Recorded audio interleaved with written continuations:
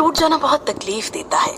जो लोग कभी इस हालात से नहीं गुजरे उन्हें ये समझा पाना मुश्किल होता है कि एक रिश्ते के टूटने पर कैसा लगता है।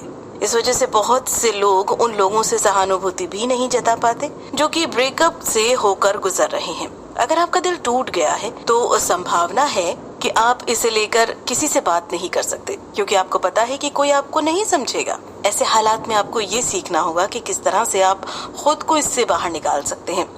आपको इससे बाहर निकालने के लिए कोई आने वाला नहीं है, क्योंकि आपके साथ के ज्यादातर लोग आपकी भावनाओं को नहीं समझ रहे हैं। ये किताब आपको बताती है कि किस तरह से आप खुद को इस हालात से बाहर निकाल सकते हैं।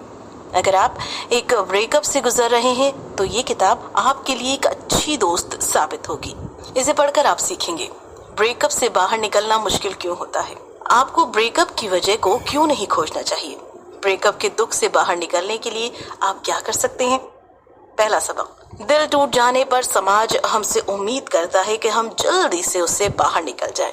समाज अक्सर कुछ रिश्तों को महत्व नहीं देता और इसीलिए वो उनसे जुड़ी हुई भावनाओं को नहीं समझता।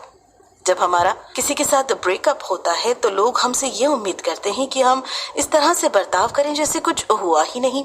जब हमारा पालतू कुत्ता मर जाता है तो भी लोगों को ये समझ में नहीं आता कि हम एक जानवर के मरने पर इतने उदास क्यों हैं। जब किसी का तलाक होता है तो लोग उसके लिए अफसोस मनाते हैं, क्योंकि समाज शादी के रिश्ते को अपनाता है और उससे जुड़ी भावनाओं को समझने की कोशिश करता है। लेकिन जब बात अपनी गर्लफ्रेंड या बॉयफ्रेंड से ब्रेकअप की आती है तो लोग हमें सहारा देने के बजाय उल्टा हमें और बुरा महसूस कराने की कोशिश करते हैं।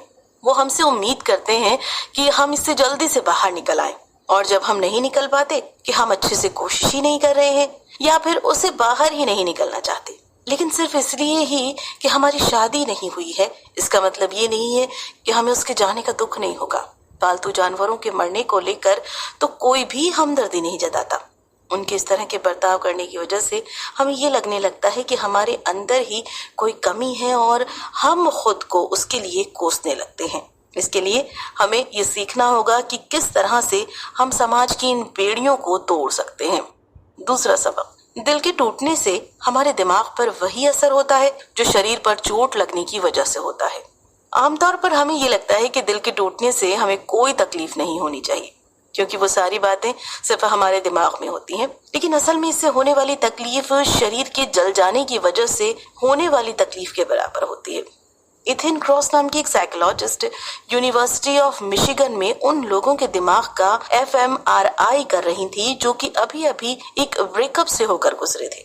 इसके बाद उन्होंने उनके दिमाग को स्कैन किया, जिनके शरीर में इतना दर्द हो रहा था कि वो सह नहीं पा रहे थे। इन दोनों के दिमाग में एक तरह की हरकतें हो रही थी, जो ये दिखाता है कि ब्रेकअप से इतना दर्द होता है कि जिसे हम सह नहीं पाते। अब अगर आपके शरीर में असहनीय दर्द हो रहा हो और आपसे हर दिन की तरह काम करने के लिए कहा जाए तो क्या आप कर पाएंगे? लेकिन ये असर सिर्फ हमारे दिमाग तक सीमित नहीं रहता। देव नाम के एक व्यक्ति की गर्लफ्रेंड जब उसे छोड़कर चली गई तो उसे एक पूरा पैनिक अटैक आया था। उसका सीना टाइट हो गया था और उसका गाल पूरा लाल हो गया था। उसे लग रहा था कि उसे अब हार्ट अटैक आने वाला है। दिल के टूट जाने की वजह से हमारे अंदर एक कॉर्टिसोल नाम का हार्मोन पैदा होता है। अगर ये हार्मोन लंबे समय तक निकलता रहे तो इससे हमारी सेहत खराब हो सकती है। ये हमारे इम्यून सिस्टम को कमजोर कर देता है, जिससे हम आसानी से बीमारियों की चपेट में आ जाते हैं। तीसरा सबक, हम ब्रेकअप की अलग अलग वजह के चक्कर में अपने दर्द को और बढ़ाते हैं। क्या थी, रिच को 6 महीने से डेट कर रही थी, लेकिन एक दिन जब वो न्यू इंग्लैंड घूमने के लिए गए तो रिच ने अचानक से उनसे ब्रेकअप कर लिया। रिच ने कहा कि वो उसकी परवाह तो करता है लेकिन वो उससे प्यार नहीं करता। इस पर कैथी को लगने लगा कि जरूर उससे कोई बहुत बड़ी गलती हुई होगी, जिस वजह से रिच नाराज हो गया।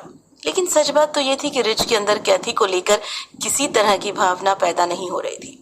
कैथी इस बात को मानने को तैयार नहीं थी और इसीलिए वो ये पता लगाने की कोशिश कर रही थी कि क्यों रिच ने उसे छोड़ दिया। इस तरह से बहुत से लोग ब्रेकअप हो जाने के बाद अपनी पार्टनर की बताई गई वजह को सच न मानकर अपनी थ्योरी बनाने लगते हैं। ये भी दुख की एक वजह है, क्योंकि आप एक ऐसी चीज को खोजने की कोशिश कर रहे हैं जो कि है ही नहीं।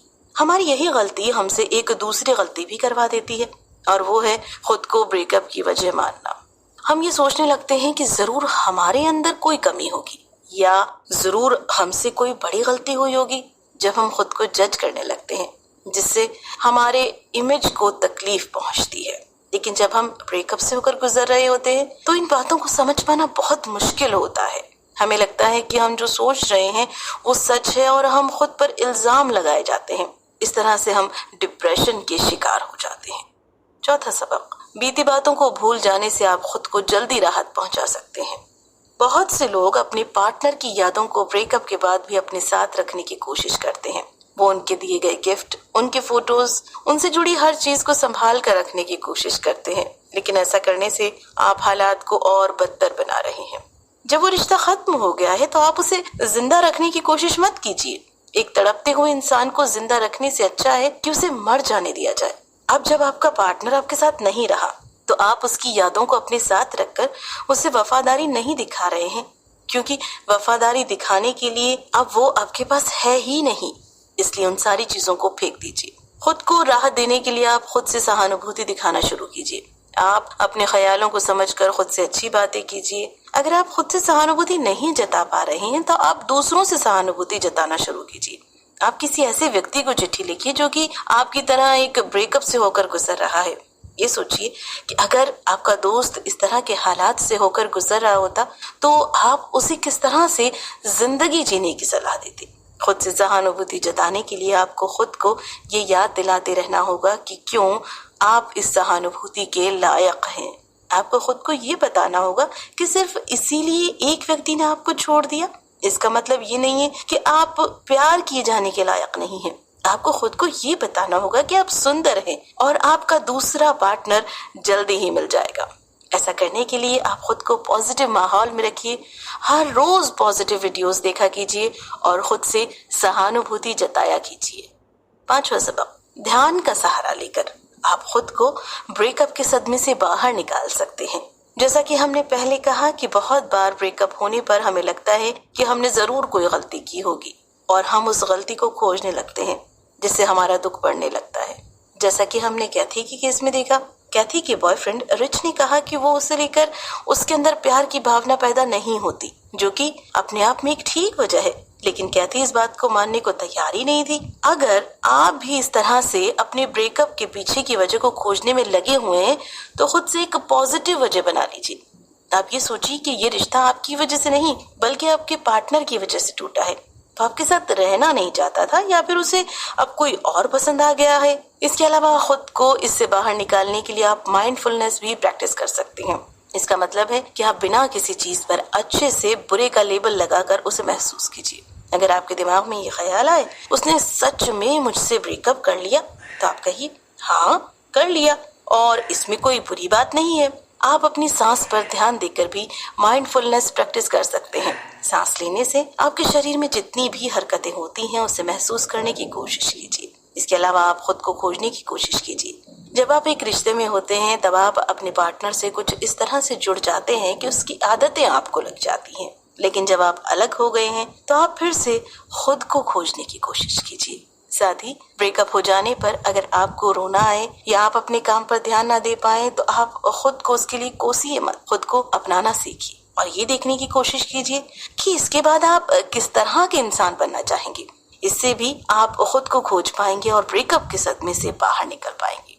कुल मिलाकर ब्रेकअप हो जाने पर समाज हमारी भावनाओं को नहीं समझता है।